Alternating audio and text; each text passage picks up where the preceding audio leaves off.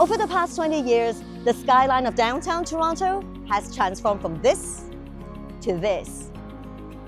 One of the major driving forces behind this transformation is the Concord CityPlace community.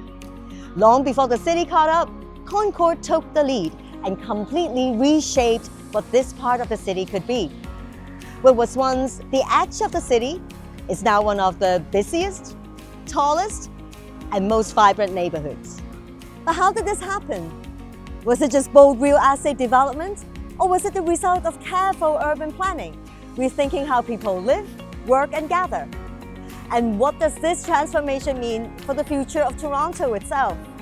Today, I'm walking into the heart of CityPlace to see how this community has evolved over the past 2 decades. And I've invited Isaac Chan, VP at Concord, to walk with me and share with me how Concord reshaped not just the skyline, but the community itself.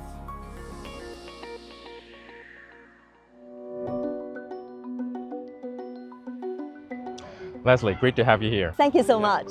A friend of mine who hasn't visited Toronto for 20 years was telling me that the Toronto CN Tower gotten shorter. And so from there, I reflected what he was saying, and it's from all the high-rises that really grew around it. That is so true. Yeah. Well, let me show you around the community. Yes, please. Okay. So 30 years ago, anything west of the CN Tower was actually all flat. In fact, all this space here between the railroad tracks to the Garner Expressway was actually very underutilized land. It was actually even a golf course and a driving range that was here. Really? What Concord did was, Concord wanted to create a master plan community here. And so we worked with the city towards creating parks and schools and the roads and the infrastructures and all the buildings in between. And so bit by bit, the community grew. Back then, downtown Toronto was quiet, far quieter than today. Most people lived in the suburbs, driving in each morning and leaving the core empty at night. The city was searching for ways to bring life back into its center. That's where Concord stepped in.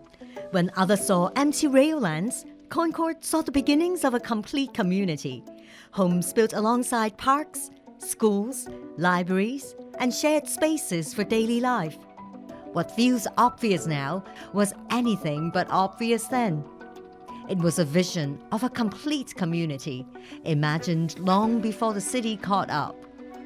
This approach wasn't isolated to Toronto. From Vancouver to London, Concord's vision for integrated living has redefined skylines around the world, proving that thoughtful design can build not just cities, but communities. CityPlace stands as one of Canada's largest master-planned communities, a living example of that enduring vision. So here we have a combination of a public school, a Catholic school, a daycare, and also a community center, all built together as one complex. And so inside there's an oval running track and gigantic gymnasium that they're able to share, as well as a sports field and a playground as well. So it creates a lot of efficiency in being able to do that all together. I've never heard of that before. It's first of its kind in Toronto. So Concord actually has the biggest public art portfolio in the country. And so we do that by installing various different art pieces throughout the community, and we try to have it in focal points so that this way the public, the residents, and even kids are able to interact with it.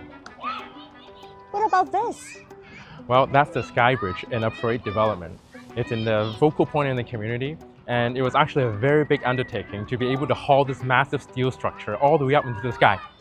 And so we wanted to create a strong architectural statement to compose the Toronto skyline. And so everyone that actually passed by the Garner Expressway when they enter into the city, they're able to kind of see this as they drive in.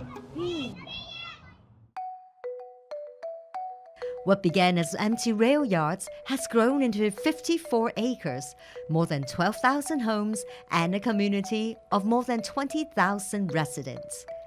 A neighborhood built within a generation, and now an inseparable part of Toronto's downtown.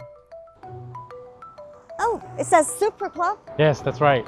So the Super Club is actually a 40,000 square foot amenity complex that's serving these 4 towers. And by the time when it was built 20 years ago, it was actually the largest amenity complex in North America. North America? That's right. So wow. Now inside there's like oval running tracks and basketball courts, volleyball courts, and multi-lane swimming pool and bowling alley. So it's got everything. That's why it's been very well utilized all the way to this day.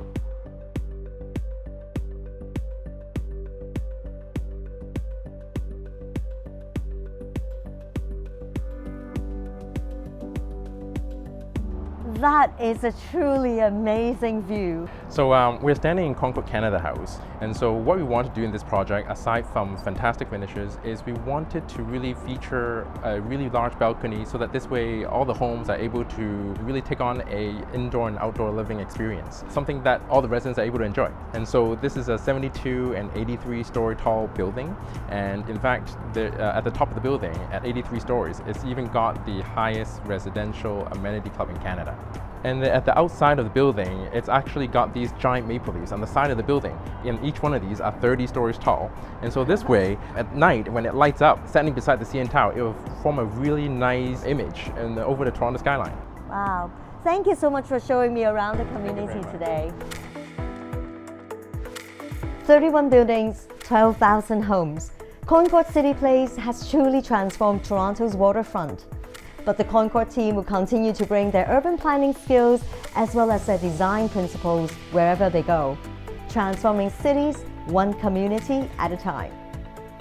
Next time, I'll be taking you to Concord Park Place, where they have created a new, vibrant and growing community. See you next time.